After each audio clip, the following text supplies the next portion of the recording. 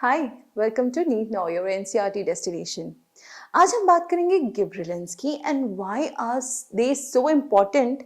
In fact gibberellins का जो effect है वो आप अपने मार्केट में भी आसानी से देख सकते हैं और किस तरीके से इन्होंने हमारे फ्रूट्स को चेंज किया है वो हम जानेंगे। Also very applicable in your exams when it comes to NEET and descriptive questions।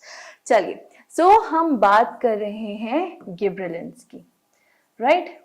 Gibberellins actually जो है ये बहुत ज़्यादा अबंडेंटली अवेलेबल है।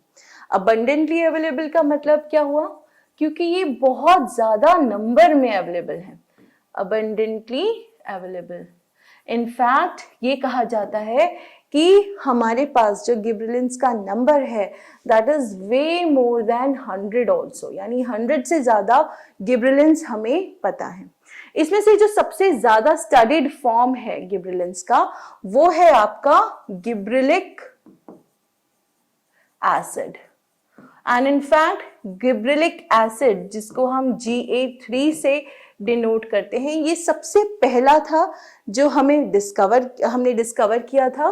So this is the first one to be discovered, यानी सबसे पहले हमें ये मिला था, हमने इसकी डिस्कवरी की थी। उसके साथ ही साथ सबसे ज्यादा स्टडीड फॉर्म जो है, ठीक है, मोस्ट स्टडीड फॉर्म आपका गिबरेलिक एसिड है। इंटेंसली स्टडीड अगर कोई है, रिसर्च्ड कोई है, तो वो आपका गिबरेलिक एसिड है, Ga3। अब इनकी नेमिंग बहुत सिंपल है। सारे के सारे जो होते हैं ये एसिडिक होते हैं, जितने भी आपके गिबरेलिंस हैं दे ऑल आर एसिडिक। इनका नाम बहुत इजी रख दिया, जैसे ये Ga3 है, इसी तरीके से इनकी नेमिंग कैसे कर दी, Ga1, Ga2, Ga3 and so on. तो इस तरीके से आपके जितने भी हमको मिलते गए, हमने उनको सिर्फ Ga1, 2, 3, 4 इस तरीके से कर दिया, क्योंकि सबसे पहला जो हमको मिला था वो था हमारा गिबरेलिक एसिड। लेक्चर की स्टार्टिंग में मैंने कहा था कि कहीं ना कहीं जो आपका गिबरेलिन है उसका हमारे मार्केट पे बहुत बड़ा इम्पैक्ट है। जो हम फ्रूट्स कंज्यूम करते हैं उसमें बहुत बड़ा इम्पैक्ट है। एक्चुअली जो गिबरेलिन होता है, इसकी जो अगर मैं फंक्शनैलिटी की बात करूं तो ये एक काम करता है जिसको हम कहते हैं इंटरनोड इलोंगेशन। अब ये इंटरनोड इलोंगेशन क्या होता है? आप सभी ने शुगर केन देखा होगा या शुगर केन खाया होगा। तो शुगर केन कुछ इस तरीके से होता है, जिसको हम हिंदी में गन्ना कहते हैं। It is somewhat like this. अगर आपने खाया है, जूस पिया है तो शायद इतना आइडिया ना हो, बट अगर आपने खाया है तो आपको ये पता होगा कि जो ये वाला रीजन होता है, जो मैंने ये इस तरीके से बनाया हुआ है, आप इसको खा नहीं सकते हो। और पहले क्या होता था कि ये काफी ज्यादा थिक भी होता था। जितना हमारे पास शुगर मिलता है हमको, वो एक्चुअली इसके स्टेम में स्टोर होता है। अब अगर इसको जो हम कहते हैं, ठीक है, ये जो होती है आपकी नोड होती है, this is known as node, right. अब नोड जितनी बड़ी होगी तो जो पार्ट जो हम यूटिलाइज कर सकते हैं, राइट, स्टेम का जो पार्ट है जो हम यूटिलाइज कर सकते हैं वो कम हो जाएगा। इसको हम जो दो, जैसे ये एक नोड हो गई, राइट, ये दूसरी नोड हो गई, तो बीच में क्या हो गई, इंटरनोड। इंटरनोड से ही हमारा सारा लेना देना है। इनफैक्ट इंटरनोड के थ्रू ही हम लोग अपनी जो शुगर है वो यू कैन से कि देखते हैं कि मतलब उसको यूटिलाइज करते हैं, बनाते हैं। अब ये जितनी छोटी होगी उतना हमारे लिए प्रोडक्ट कम होता जाएगा। गिबरेलिंस का यहाँ बहुत असर है। गिबरेलिंस क्या करते हैं कि जो आपके इंटरनोड्स हैं उनको इलोंगेट कर देंगे इस तरीके से। तो हुआ क्या कि आपका जो शुगर कंटेंट था वो बढ़ गया। इनफैक्ट इसकी वजह से जो यील्ड थी आपकी, राइट, वो 20 टन्स, जो कि आपकी बुक में लिखा हुआ है, पर एकड़ तक बढ़ गई। यानी जस्ट इलोंगेशन, स्टेम इलोंगेशन की वजह से आपकी जो शुगर की यील्ड थी वो कहीं ज्यादा आपको बढ़ी हुई दिखी। सो ये इतना ज्यादा इफेक्ट है। जब हम छोटे थे, राइट, तब जो अंगूर आते थे मार्केट में, ग्रेप्स आते थे, वो नॉर्मली इस तरीके से होते थे, नॉर्मल। आजकल जो अंगूर आते हैं वो इस तरीके से लंबे हैं। क्यों है? अगेन क्योंकि ये ज्यादा मार्केटेबल होते हैं, देखने में ज्यादा अच्छे होते हैं, तो लोग इनको खरीदना प्रेफर करते हैं।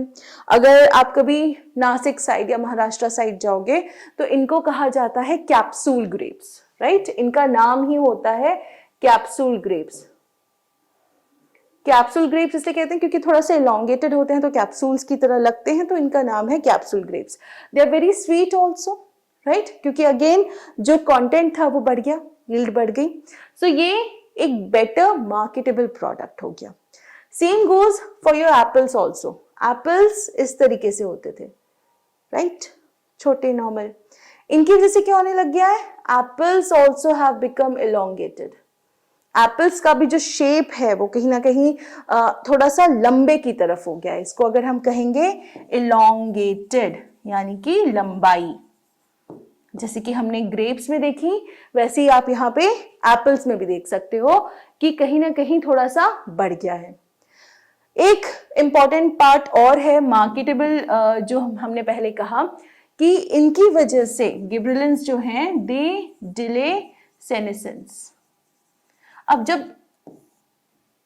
टूट के गिरना वाला पार्ट, जो ओल्ड होने वाला पार्ट है, वो लेट हो गया, तो थोड़ी देर आप इनको, कुछ दिन तक आप ये कह सकते हो कि अगर आप इनको कहीं ना कहीं फ्रूट को ट्री पे लगे भी रहने दो तो कोई दिक्कत नहीं होगी, राइट। तो मार्केट का जो टाइम होता है, मार्केटेबिलिटी जो है इनकी, वो कहीं ना कहीं क्या हुई, थोड़ी सी बढ़ गई। एक फंक्शन और है कि जो आपके कोनिफर्स होते हैं, जैसे कि फर हो गया, साइकस हो गया, राइट, पाइन हो गया, इसमें जो जुवेनाइल होते हैं, जुवेनाइल का मतलब वेरी यंग, राइट, तो जो जुवेनाइल कोनिफर्स होते हैं, अगर उन पे गिबरेलिन स्प्रे किया जाए, गिबरेलिक एसिड स्प्रे किया जाए, तो कहीं ना कहीं इट हेस्टन्स मैच्योरिटी, और जिसकी वजह से सीड फॉर्मेशन जो है वो जल्दी हो जाएगी।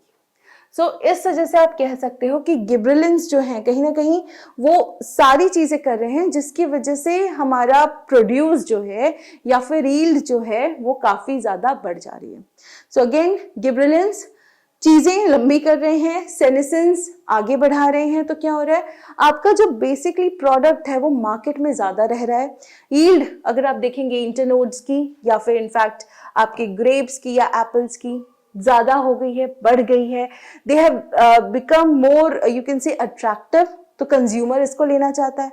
तो इस तरीके से गिबरेलिन्स जो हैं हमारे मार्केट में बहुत इम्पैक्ट लिए हुए हैं, राइट।